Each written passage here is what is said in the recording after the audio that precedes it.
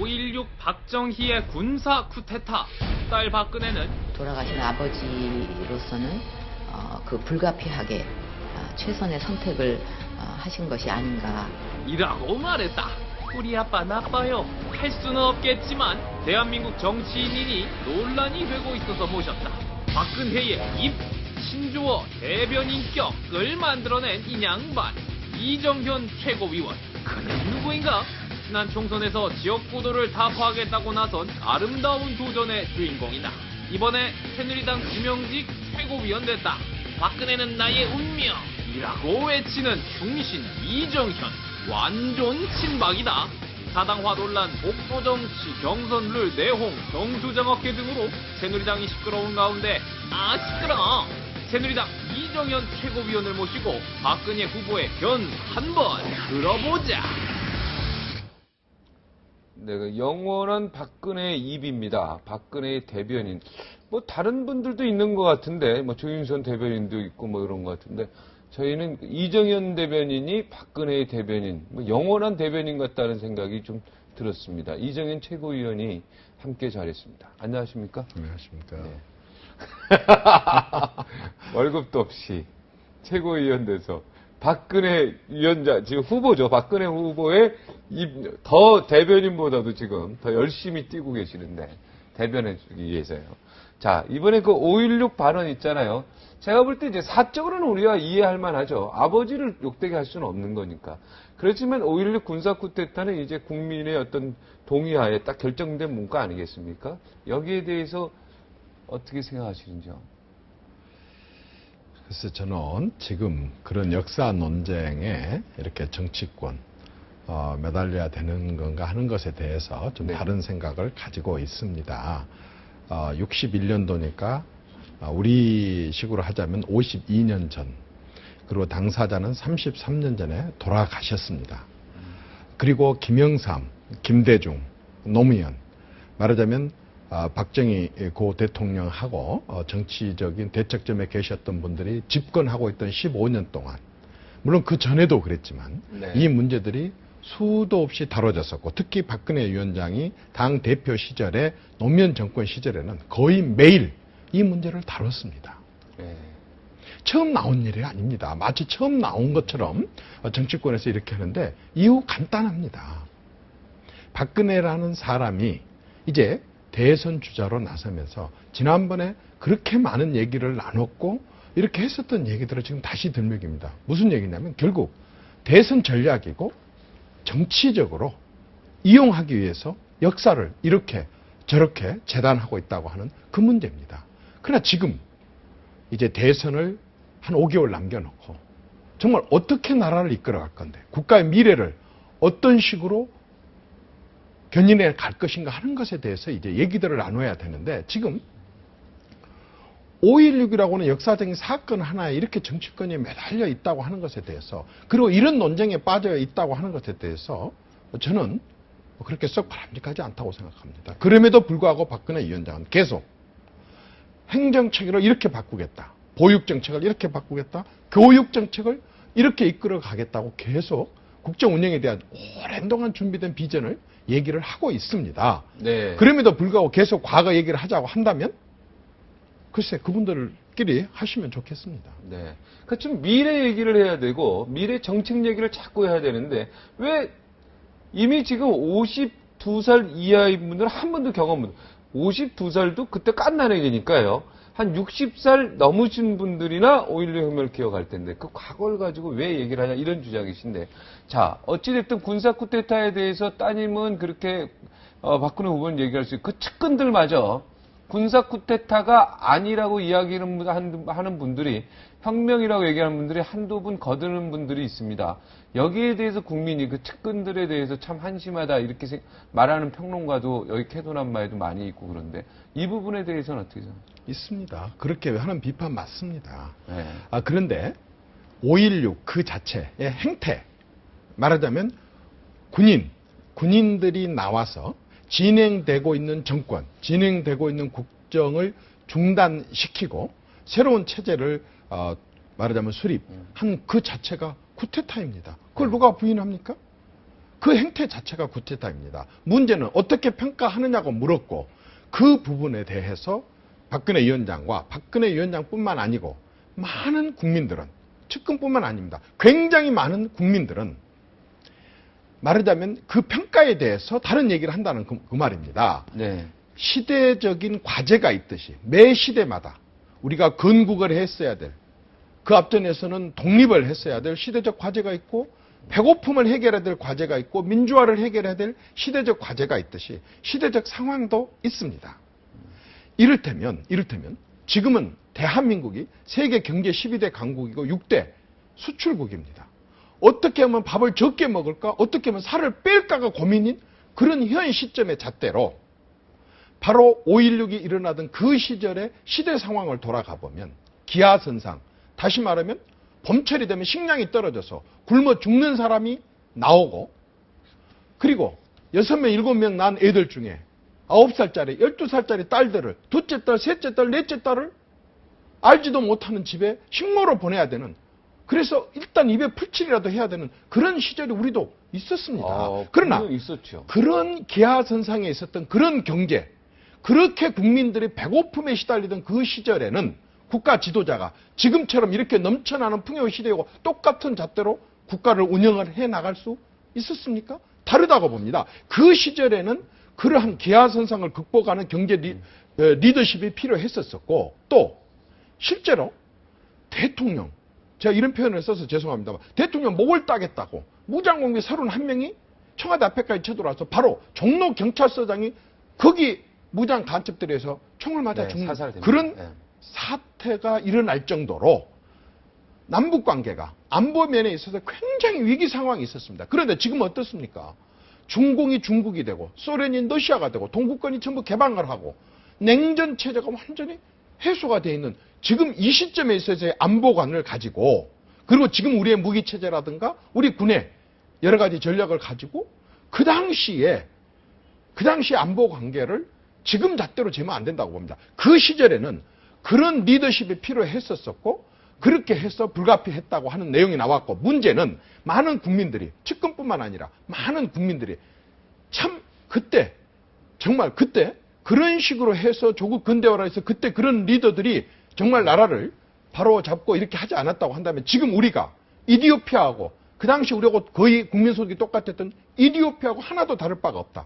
태국하고 필리핀보다 훨씬 못 살았었던 그 시대하고 달라질 게 없을 거라. 5.16 군사 쿠데타는 불가피한 상황이었다. 여기까지는 이해하는 국민들도 있을 텐데 그러면 5.16은 군사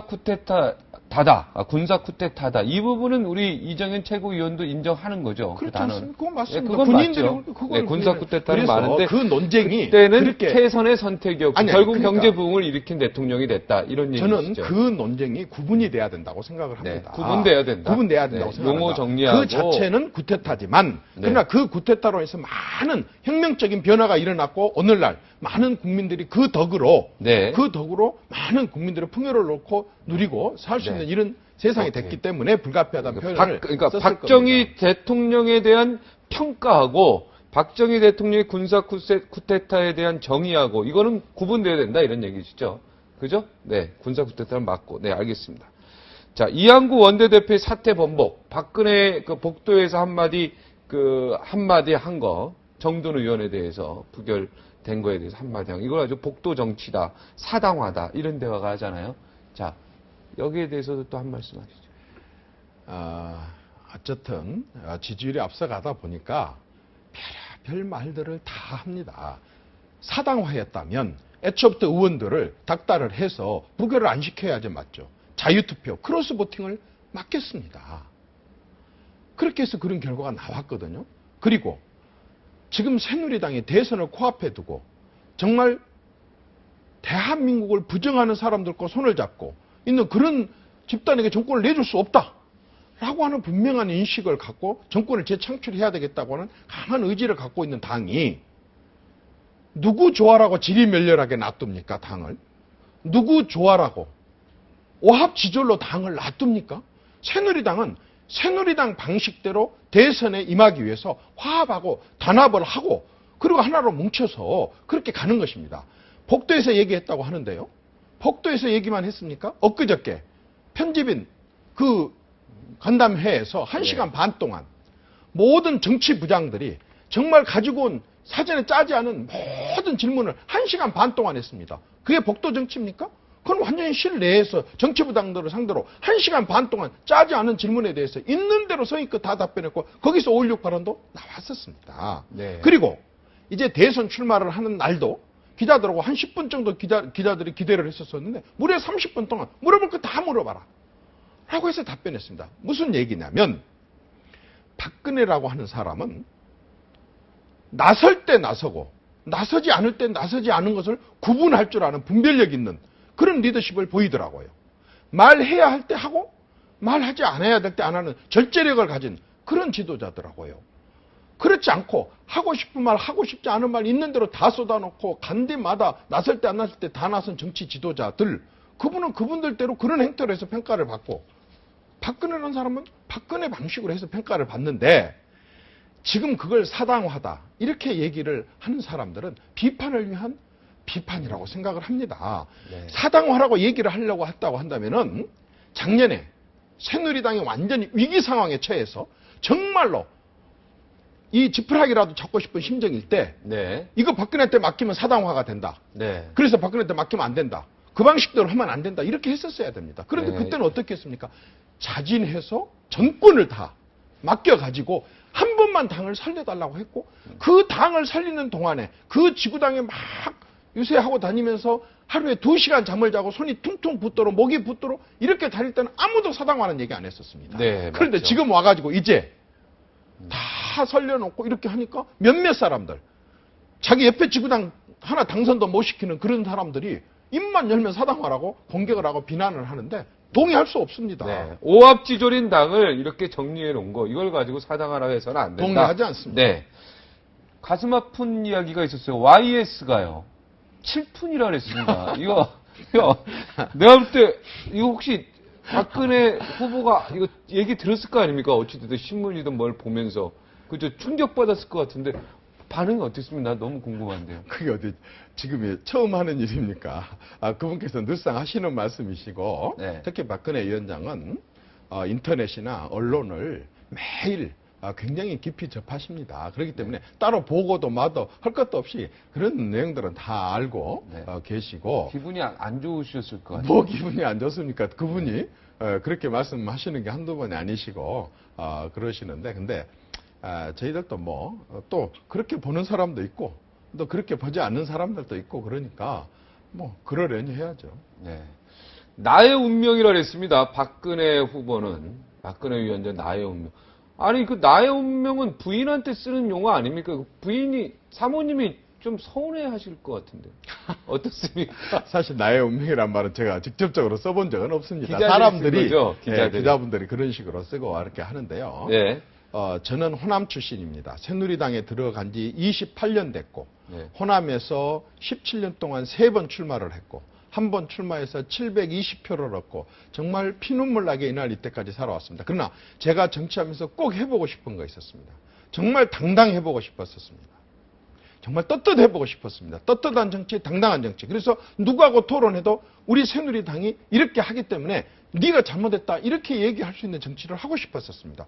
그런데 저는 사실 호남 출신으로서 초, 중, 고등학교 동창들이 대부분이 다 고향 사람들이에요. 네, 호남 사람. 그 전에 술 한잔 먹고 정치 얘기를 하면 끝에 가서 제가 이겨본 적이 없었습니다. 네. 그런데 저는 박근혜라는 사람이 당 대표를 맡고 당을 이끌어가면서부터 네. 솔직히 표현해서 민노당 사람들하고 토론에서도 져본 적이 없습니다. 네. 그 이전엔 저는 졌는데. 집에 갈 때 차가 없어서 버스를 타고 다니는데 일거리로 새누리당이라고 그 당시는 한나라당이다. 한나라당이라고 써진 봉투를 가지고 가는데 솔직히 표현하자면 한나라당에 써진 글씨가 몸 안쪽으로 잘 숨겨졌는지 점검하는 게 제 습관이 됐었습니다. 야, 부끄러웠습니다. 그런데 가슴 아프네. 제가 박근혜라는 사람을 가까이서 정치하는 걸 지켜보면서 제가 파란 잠바를 입고 한나라당으로서는 파란 잠바를 입고 서울 시내로 활보를 해도 하나도 부끄럽지 않았었습니다. 저는 이렇게 당당하고 떳떳한 정치 이렇게 할 수 있었다는 게 행복이었고 이러한 정치가 나만이 아니라 국민들이 함께 같이 누릴 수 있는 그런 한번 시절이 돼봤으면 좋겠다는 생각을 갖고 있습니다. 네. 안철수 씨 책 내놨던데, 안철수의 생각. 예, 철수의 생각인데. 혹시 이거 뭐 좀 대충 관심 있게 보면서 어떤 느낌 드셨습니까? 저는 안철수 교수님이 참 좋습니다. 아, 어떤 느낌이 드냐면요.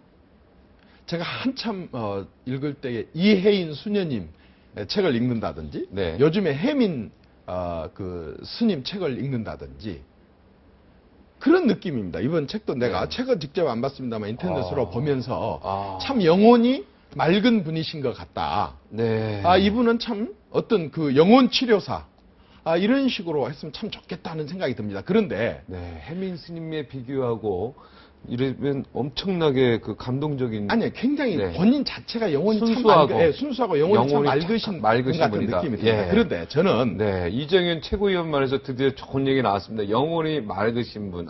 잘못 표현했습니까? 예, 저는 아니, 좋습니다. 정말 진심으로 좋습니다. 느낍니다. 예, 영혼이 그런데, 맑으신 분 같아요. 예, 저도. 저는 이제 정치라고 하는 현실이 예, 예. 정말 그렇게 맑은 분들이 네, 깨끗한 분. 그런 맑음만 갖고 이끌어갈 수 있다고 한다면 얼마나 좋겠다는 생각이 드는데 네, 사실 저는 안철수 교수님에 대해서 말씀하시기 이전에 네. 이번에 안철수 교수님이 이렇게 책을 내고 언론에 부각이 되면서 얼른 느낌이 하나 왔습니다. 어떤 느낌? 참 우리 민주당 큰일 났다 하는 생각이 좀 듭니다. 민주당이 불쌍해. 도대체 민주당은 왜 저럴까? 예?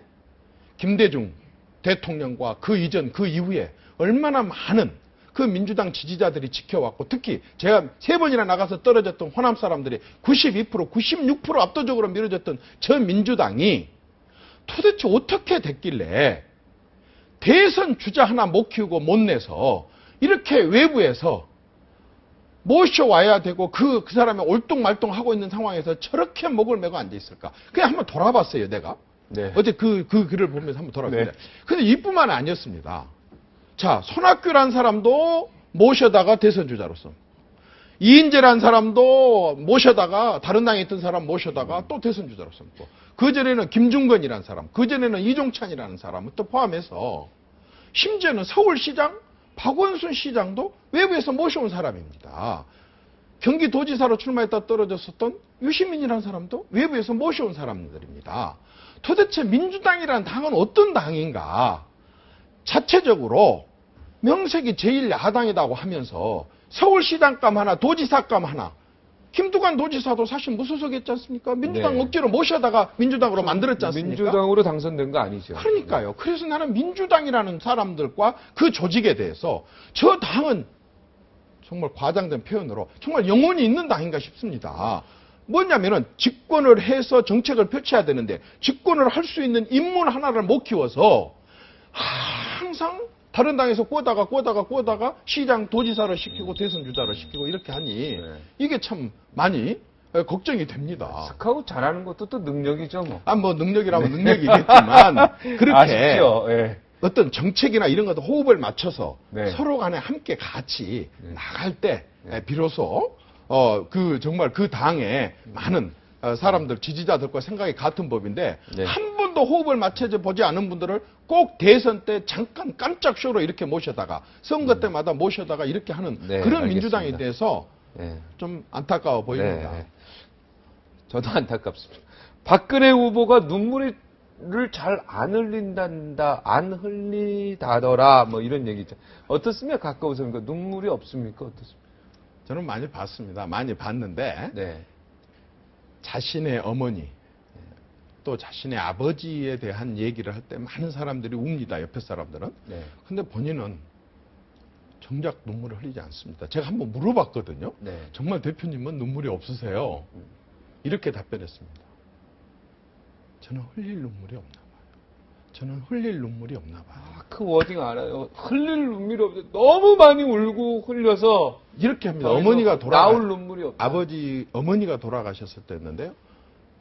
온몸에 정말 빼꼼한 틈도 없이 그렇게 반점이 생기더랍니다. 네. 정말 의사분들도 깜짝 놀랄 정도로 너무 이 몸이 정신적인 그런 많은 충격을 받았겠죠. 그 피 묻은 어머니의 속옷을 빨면서 그 흘렸을 눈물에 대해서 나이가 22살 때입니다. 네. 27살 때입니다. 그런데 이분이 눈물을 흘릴 때가 있어요. 어떨 때 흘리느냐? 천안함 그 사고가 났을 때 그때에 가서 46명의 희생자 가족들을 일일이 부둥켜 안고 하다가 어느 한 할머니가 너무 목 놓아 오니까 그때 그렇게 어깨를 들썩이면서 우는 걸 저는 정말 처음 봤었습니다. 또 하버드 대학교를 갔을 때 하버드 대학교 안에 있는 교회가 있는데요. 왼쪽 벽면에 한국전에 참전했다 돌아가신 하버드생들의 그 이름을 큰 동판으로 새겨놓은 거 있습니다. 네. 그 설명을 들 때게 예, 그때게 혼자 나와가지고 그 십자가 앞에 가서 눈물을 닦더라고요. 네, 여린 국가와 국민을 생각 그런 부분은 분명히 있다. 그리고 그 여린 마음은 영원히 있다. 전라도 사투리로 코맹맹이로 전라도 사투리 한다는 건 뭡니까 이거는? 그 양반이 사투리 시리즈를 굉장히 잘합니다. 충청도 네. 사투리도 그렇고 네. 경상도 사투리. 근데 특히 전라도 사투리를 네. 잘 쓰는데 아주 좋아하는 사투리가 있다고 하더라고요. 그래서 뭐냐고 그랬더니 갑자기 저한테 아이고 어찌했을까 그렇게 하는데 그 아주머니들이 시골에 하는 네. 아이고 어찌했을까 그게 너무 애잔하고 네. 그 아주 진정성을 담은 그런 마음을 표현하는 것 같아서 너무 좋다. 네. 그 흉내를 잘 내십니다. 박근혜 후보 고쳐야 될 점 하나만 얘기해 주시죠. 고쳐야 될 점이요? 네. 박근혜라는 사람하고 사석에서 밥을 먹거나 얘기를 나누면요. 네. 한 3분의 2는 웃느라고 정말 너무 웃깁니다. 재밌습니까? 그런데 그런 걸 좀 공적인 자리에서도 많이 있을 때도 좀 했으면 좋겠어요. 본인이 너무 잘 웃고 사람도 잘 웃깁니다. 예. 자, 시간이 다 됐어요. 마지막으로 한 15초만 드릴게요. 딱 인사 한번 하시죠, 국민들이. 국민 여러분 고맙습니다. 새누리당이 많은 어려움이 있는 속에서도 잘하려고 합니다. 예. 국민 여러분들께서 많이 채찍을 쳐주시고 이끌어 주십시오. 네. 그렇지만 정말 바르고 그리고 올바른 그런 나라 반드시 한번 만들 것입니다. 한번 지켜봐 주십시오. 네. 하여튼 좋은 나라 만드는데 그리고 좋은 정책 만드는데 집중해서요. 네, 잘 되셨으면 좋겠습니다. 오늘 나와주셔서 대단히 고맙습니다. 고맙습니다. 어제도 가고 오늘도 가고 네, 나의 길은 계속 가고 있죠. 새로운 길, 민들레가 피고 까치가 날고 아가씨가 지나가고 바람이 일고 나의 길은 언제나 새로운 길. 오늘도 내일도 윤동주 시인의 글귀입니다. 우리는 매 시간 새로운 세상을 살고 있다는 느낌이 들었습니다. 여기서 마치겠습니다. 고맙습니다.